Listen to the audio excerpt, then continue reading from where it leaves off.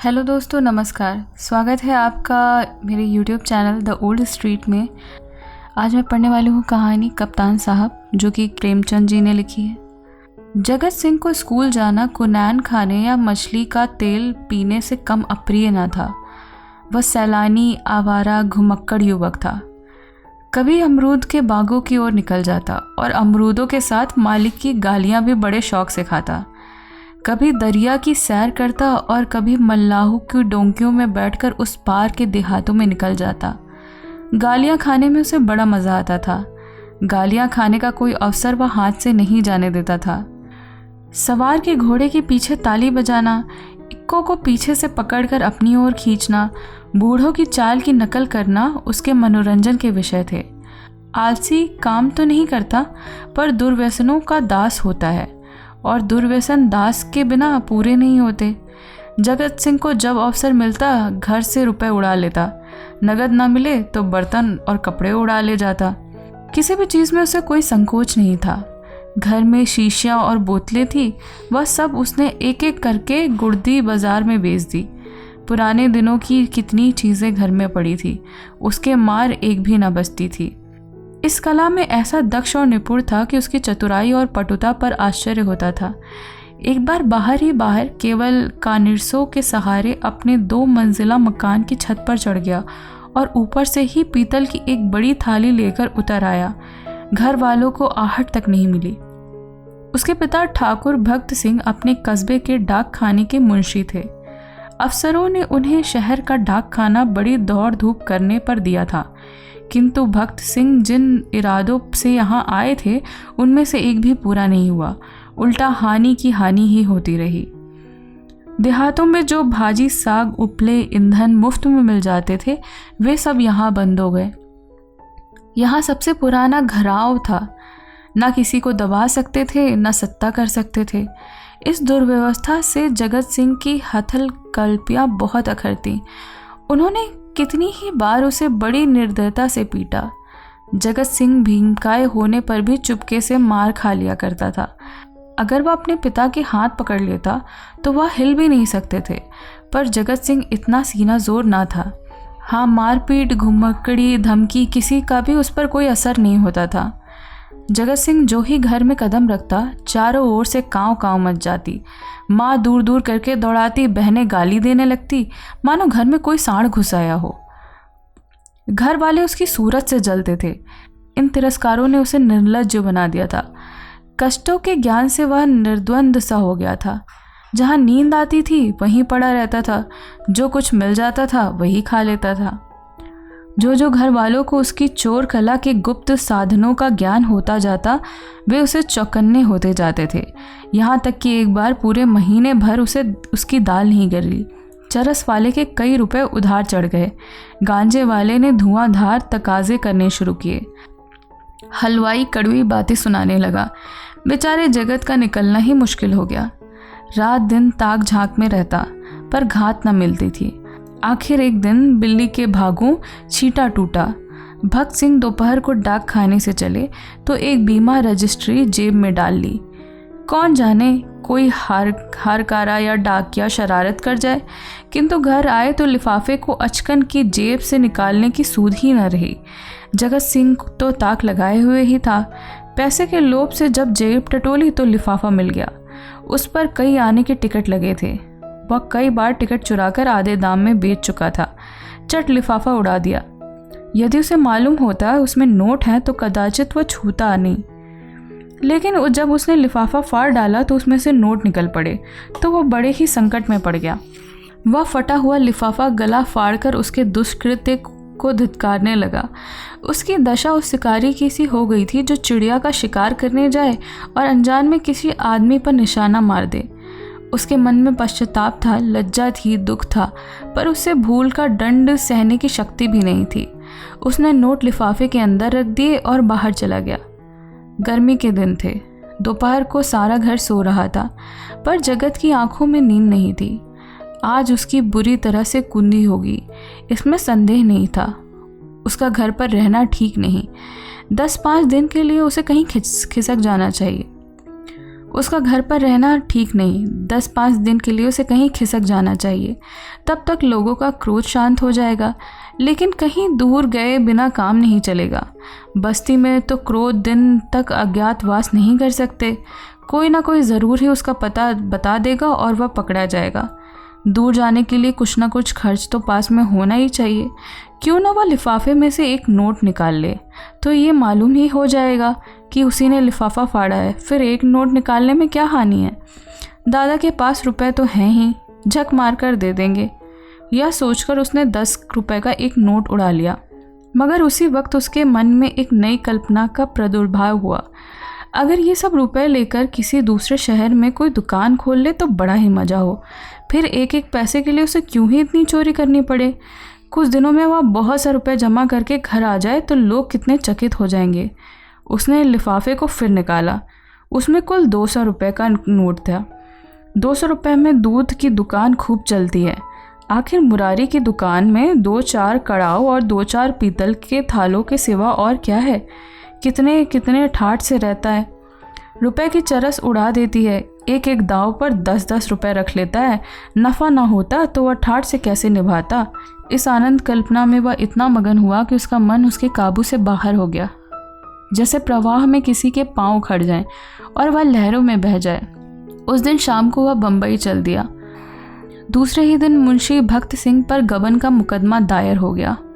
बम्बई के किले के मैदान में बैंड बज रहा था और राजपूत रेजिमेंट के सजीले सुंदर जवान कवायद कर रहे थे। जिस प्रकार हवा बादलों को नए नए रूप में बनाती और बिगाड़ती है, उसी भांति सेना नायक सैनिकों को नए नए रूप में बना बिगाड़ रहा था। जब कवायद खत्म हो गई तो एक छरहरे डील का युवक नायक के सामने आकर खड़ा हो गया। नायक ने पूछा, क्या नाम है? सैनिक ने फौजी सलाम करके कहा, जगत सिंह। क्या चाहते हो? फौज में भर्ती कर लीजिए। मरने से तो नहीं डरते? बिल्कुल नहीं, राजपूत हूँ। बहुत कड़ी मेहनत करनी पड़ेगी। इसका भी डर नहीं। अदन जाना पड़ेगा। खुशी से जाऊंगा। कप्तान ने देखा बला का हाजिर जवाब मनचला हिम्मत का धनी नौजवान, तुरंत फौज में भर्ती कर लिया। तीसरे दिन रेजिमेंट आदन को रवाना हुआ। मगर जो जो जहाज आगे चलता था, जगत सिंह का दिल पीछे रह जाता था। जब तक जमीन का किनारा नजर आता रहा, वह जहाज के डेक पर खड़ा अनुरुक्त नेत्रों से उसे देखता रहा।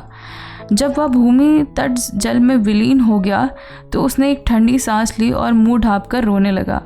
उसे प्रियजनों की बड़ी याद आई। वह छोटा सा कस्बा, वह गांजे की दुकान, वह सैर सपाटे, वह सुहृद मित्रों के जमघट आंखों में फिरने लगे। कौन जाने फिर कभी उनसे भेंट होगी या नहीं। एक बार वह इतना बेचैन हुआ कि जी में आया कि पानी में ही कूद पड़े।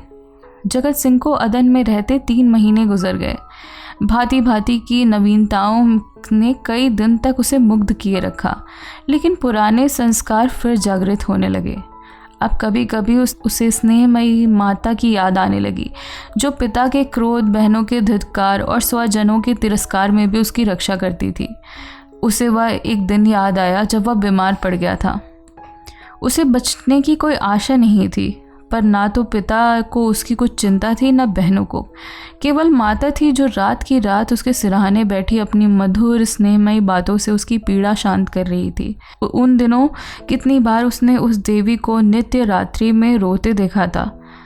वह स्वयं रोगों से जीर्ण हो रही थी, लेकिन उसकी सेवा शुश्रूषा में वह अपनी व्यथा को ऐसे भूल गई थी मानो उसे कोई कष्ट ही नहीं। क्या उसे माता के दर्शन फिर होंगे? वह इसी क्षोभ और नैराश्य में समुद्र तट पर चला जाता और घंटों अनंत जल प्रवाह को देखा करता। कई दिनों से उसे घर पर एक पत्र भेजने की इच्छा हो रही थी, किंतु लज्जा और ग्लानि के कारण वह टालता जाता था।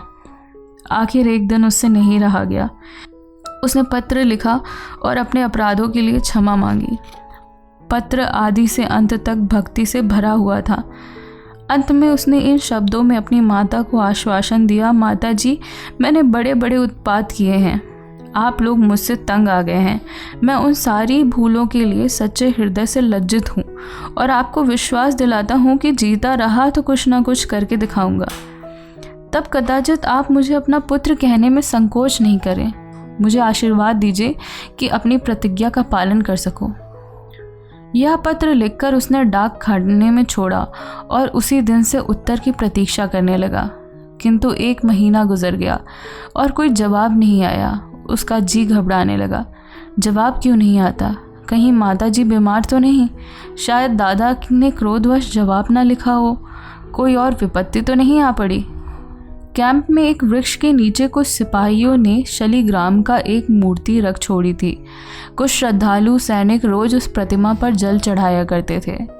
जगत सिंह उनकी हंसी उड़ाया करता, पर आप वह विक्षिप्त की भांति प्रतिमा के सम्मुख जाकर बड़ी देर तक मस्तक झुकाए बैठा रहा। वह इसी ध्यानावस्था में बैठा था कि किसी ने उसका नाम लेकर पुकारा। यह दफ्तर का चपरासी था और उसके नाम की चिट्ठी लेकर आया था। जगत सिंह ने पत्र हाथ में लिया तो उसकी सारी देह कांप उठी। ईश्वर की स्तुति करके उसने लिफाफा खोला और पत्र पढ़ा। लिखा था, तुम्हारे दादा को गबन के अभियोग में 5 वर्ष की सज़ा हो गई है। तुम्हारी माता इस शोक में मरनासन है। छुट्टी मिले तो घर चले आओ। जगत सिंह ने उस वक्त कप्तान के पास जाकर कहा, हुजूर, मेरी माँ बीमार है, मुझे छुट्टी दे दीजिए। कप्तान ने कठोर आंखों से देखकर कहा, अभी छुट्टी नहीं मिल सकती, तो मेरा इस्तीफ़ा ले लीजिए। अभी इस्तीफ़ा नहीं लिया जा सकता। मैं अब एक क्षण भी नहीं रह सकता। रहना पड़ेगा। तुम लोगों को बहुत जल्द लाम पे जाना है। लड़ाई छिड़ गई। तो अब मैं घर नहीं जाऊंगा। हम लोग कब यहाँ से घर जाएंगे? बहुत जल्दी, 2 ही 4 दिन में। 4 वर्ष बीत गए। कैप्टन जगत सिंह का छोटा सा युद्ध उस रेजिमेंट में नहीं, कठिन अवस्थाओं में उसका साहस और भी उत्तेजित हो जाता है। जिस मुहिम में सबकी हिम्मत जवाब दे देती है, उसे सर करना उसी का काम है। हल्ले और धावे में वह सदैव सबसे आगे रहता है। उसकी त्योरियों पर कभी मैल नहीं आता। उसके साथ ही वह इतना विनम्र, इतना गंभीर, इतना प्रसन्नचित्त है कि सारे अफसर और मातहत उसकी बड़ाई करते रहते हैं। उसका पूर्ण जीवन सा हो गया है। उस पर अफसरों का इतना विश्वास है कि अब वे प्रत्येक विषय में उससे परामर्श लेते हैं। जिसे पूछे वही वीर जगत सिंह की विरुद्धावली सुना देगा। कैसे उसने जर्मनों की मैगजीन में आग लगाई, कैसे अपने कप्तान की मशीन गनों की मार से निकला, कैसे अपने एक मातहत सिपाही को कंधे पर लेकर आया। ऐसे जान पड़ता था उसे अपने प्राणों का कोई मोह ही नहीं, मानो वह काल को खोजता फिरता हो।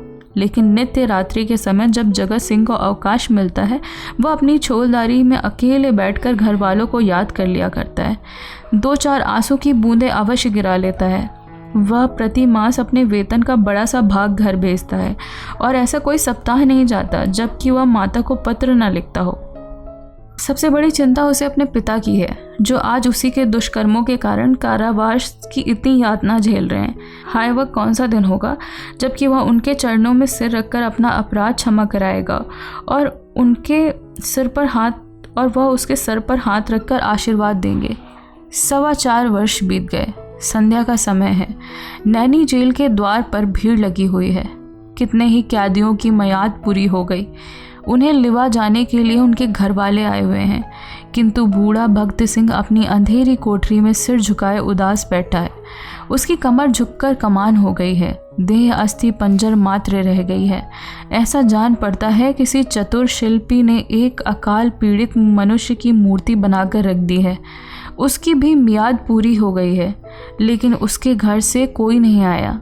आए कौन? आने वाला था कौन? एक बूढ़ा किंतु हृष्ट पुष्ट कैदी ने आकर उसका कंधा हिलाया और बोला, कहो भगत, कोई घर से आया? भगत सिंह ने कंपित कंठ स्वर से कहा, घर पर है ही कौन? घर तो चलोगे ही। मेरा घर कहाँ है? तो यहीं पड़े रहोगे। अगर ये लोग निकाल नहीं देंगे तो यहीं पड़ा रहूँगा। अगर 4 साल के बाद भगत सिंह को अपनी प्रताड़िता निर्वासित पुत्र की याद आ रही थी, जिसके कारण जीवन का सर्वनाश हो गया, आबरू मिट गई, घर बर्बाद हो गया। उसकी स्मृति भी असहाय थी, किंतु आज नैराश्य और दुख के अथाह सागर में डूबते हुए उन्होंने उस तिनके का सहारा लिया। ना जाने उस बेचारे की क्या दशा हुई। लाख बुरा है तो अपना लड़का है, खानदान की निशानी तो है। मारूंगा तो 4 आंसू तो बहाएगा, 2 चुल्लू पानी तो देगा। हाय, मैंने उसके साथ कभी प्रेम का व्यवहार नहीं किया। ज़रा भी शरारत करता तो यमदूत की भांति उसके गर्दन पर सवार हो जाता। एक बार रसोई में बिना पैर धोए चले जाने का डर से मैंने उसे उल्टा लटका दिया था। कितनी बार केवल ज़ोर से बोलने पर मैंने उसके तमाचे लगा दिए थे। पुत्र सा रतन पाकर मैंने उसका आदर नहीं किया। उसी का दंड है ये। जहाँ प्रेम का बंधन स्थिर हो वहाँ परिवार की रक्षा कैसे हो सकती है। सवेरा हुआ, आशा का सूर्य निकला। आज उसकी रश्मियाँ कितनी कोमल और मधुर थी। वायु कितनी सुखद, आकाश कितना मनोहर, वृक्ष कितने हरे भरे, पक्षियों का कलरव कितना मीठा। सारी प्रकृति आशा के रंगों में रंगी हुई थी। पर भक्त सिंह के लिए चारों ओर घोर अंधेरा था। जेल का अफसर आया। कैदी एक पंक्ति में खड़े हुए। अफसर एक एक का नाम लेकर रिहाई का परवाना देने लगा। कैदियों के चेहरे आशा से प्रफुल्लित थे। जिसका नाम आता वह खुश खुश अफसर के पास जाता, परवाना लेता, झुककर सलाम करता और तब अपने विपत्ति काल के संगियों को गले लगाकर बाहर निकल जाता। उसके घर वाले दौड़कर उससे लिपट जाते। कोई पैसे लूट रहा था, कहीं मिठाइयाँ बांटी जा रही थी, कहीं जेल के कर्मचारियों को इनाम दिया जा रहा था। आज नरक के पुतले विनम्रता के देवता बन गए थे। अंत में भक्त सिंह का नाम आया। वह सिर झुकाए आहिस्ता आहिस्ता जेलर के पास गए और उदासीन भाव से परवाना लेकर जेल के द्वार की ओर चले, मानो सामने कोई समुंदर लहरें मान रहा हो। द्वार से बाहर निकलकर वह ज़मीन पर बैठ गए। कहाँ जाएं? सहसा उन्होंने एक सैनिक अफसर को घोड़े पर सवार जेल की ओर आते देखा। उसकी देह पर खाकी वर्दी थी, सिर पर कारचोबी साफा, अजीब शान से घोड़े पर बैठा हुआ था। उसके पीछे पीछे एक फिटन आ रही थी। जेल के सिपाहियों ने अफसर को देखते ही बंदूकें संभाली और लाइन में खड़े होकर सलाम किया। भगत सिंह ने मन में कहा, एक भाग्यवान वह है जिसके लिए फिटन आ रही है और एक अभागा मैं हूँ जिसका कोई ठिकाना नहीं। फौजी अफसर ने इधर उधर देखा और घोड़े से उतरकर सीधे भक्त सिंह के सामने आकर खड़ा हो गया। भक्त सिंह ने उसे ध्यान से देखा और तब चौंक कर उठ खड़े हुए। बोल रहे, अरे बेटा जगत सिंह।